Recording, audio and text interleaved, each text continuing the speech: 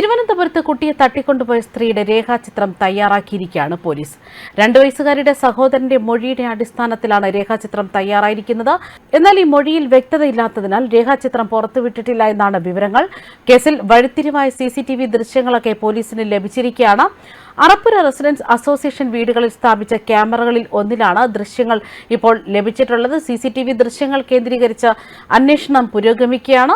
സംശയാസ്പദമായ സാഹചര്യത്തിൽ ഒരു സ്ത്രീ നടന്നു പോകുന്ന ദൃശ്യങ്ങളാണ് CCTVയിൽ നിന്നും ലഭിച്ചിരിക്കുന്നത്. ഈ സ്ത്രീയെ കേന്ദ്രീകരിച്ചാണ് ഇപ്പോൾ അന്വേഷണം നടക്കുന്നതും. അതേസമയം SIT ആശുപത്രിയിൽ ചികിത്സയിലുള്ള കുഞ്ഞിന് കാര്യമായ ആരോഗ്യ പ്രശ്നങ്ങളൊന്നുമില്ലെന്നാണ് മെഡിക്കൽ സംഘം പറയുന്നത്. 20 മണിക്കൂറോളം നടന്ന നീണ്ട തിരച്ചിലിനൊടുവിലാണ് കൊച്ചുവേളി റെയിൽവേ സ്റ്റേഷന് സമീപത്ത് നിന്ന് ഈ കുട്ടിയെ കണ്ടെത്തുന്നത്. റെയിൽവേ സ്റ്റേഷന് സമീപത്തെ ഓടയ്ക്കരികിലായി ഉപേക്ഷിച്ച നിലയിലായിരുന്നു കുട്ടിയുണ്ടായിരുന്നത്. സംഭവത്തിൽ വഴിത്തിരിവാകുന്ന CCTV ദൃശ്യങ്ങൾ കേന്ദ്രീകരിച്ചാണ് അന്വേഷണം ഇപ്പോൾ വ്യാപിപ്പിച്ചിരിക്കുന്നത്. നാടോടി സംഘങ്ങളെ കേന്ദ്രീകരിച്ചും അന്വേഷണം പുരോഗമിക്കുന്നുണ്ട്. കുട്ടിയുടെ സഹോദരന്റെ മൊഴിയുടെ അടിസ്ഥാനത്തിലാണ് രേഖാചിത്രം തയ്യാറാക്കിയിരിക്കുന്നത്.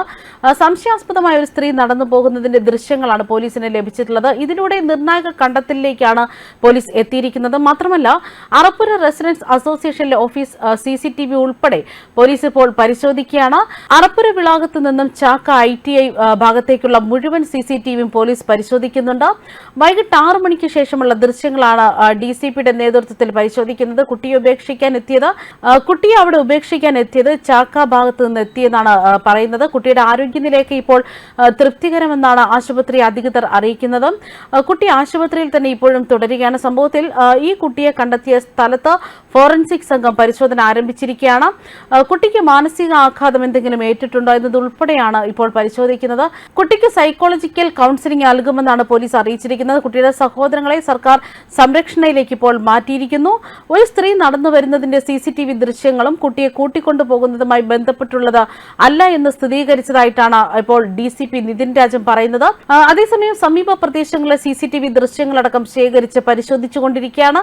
എല്ലാ സാധ്യതകളും ഇപ്പോൾ പോലീസ് പരിശോധിക്കുന്നു. കുട്ടിയുടെ കുടുംബവുമായി ബന്ധപ്പെട്ടും അന്വേഷണം നടത്തുന്നുണ്ട്. സൈക്കോളജി കൗൺസിൽ കൊടുത്താൽ മാത്രമേ ഇനി കുട്ടിയിൽ നിന്നും കാര്യങ്ങൾ കൂടുതൽ ചോദിച്ചറിയാനാകൂ. ചെറിയ കുട്ടിയാണെങ്കിലും വളരെ ആക്റ്റീവായി പെരുമാറുന്ന ഒരു കുട്ടിയാണിത്. എന്നിരുന്നാലും കുട്ടി എങ്ങനെയാണ് തനിയെ പൊന്തക്കാട്ടിൽ എത്തിയത് എന്നാണ് ഇനി അറിയേണ്ടത്. ഇതൊക്കെ തന്നെ ചോദ്യചിഹ്നമായി തന്നെ പോലീസിന് മുമ്പിൽ മാറിയിരിക്കുന്നു. കുട്ടിയുടെയും കുടുംബത്തിന്റെയും മൊഴികൾ വീണ്ടും എടുക്കേണ്ടതുണ്ട്. ഈ പ്രദേശത്തെ പല CCTV ദൃശ്യങ്ങളും പോലീസ് ശേഖരിച്ചിരിക്കുകയാണ്. ഇവയെല്ലാം തന്നെ പരിശോധിച്ചു വരികയാണ്. അതേസമയം ഈ റെസിഡൻസ് അസോസിയേഷന്റെ കെട്ടിടത്തിന് സമീപത്തെ കുളവും മറ്റു കുട്ടിയുടെ കുടുംബത്തിനുമൊക്കെ പരിചയമുള്ള സ്ഥലങ്ങളാണ്. ഈ പ്രദേശത്തെ ഇട റോഡുകളിലും മറ്റും കൂടുതൽ CCTV ദൃശ്യങ്ങൾ പോലീസ് പരിശോധിച്ചു വരുന്നു.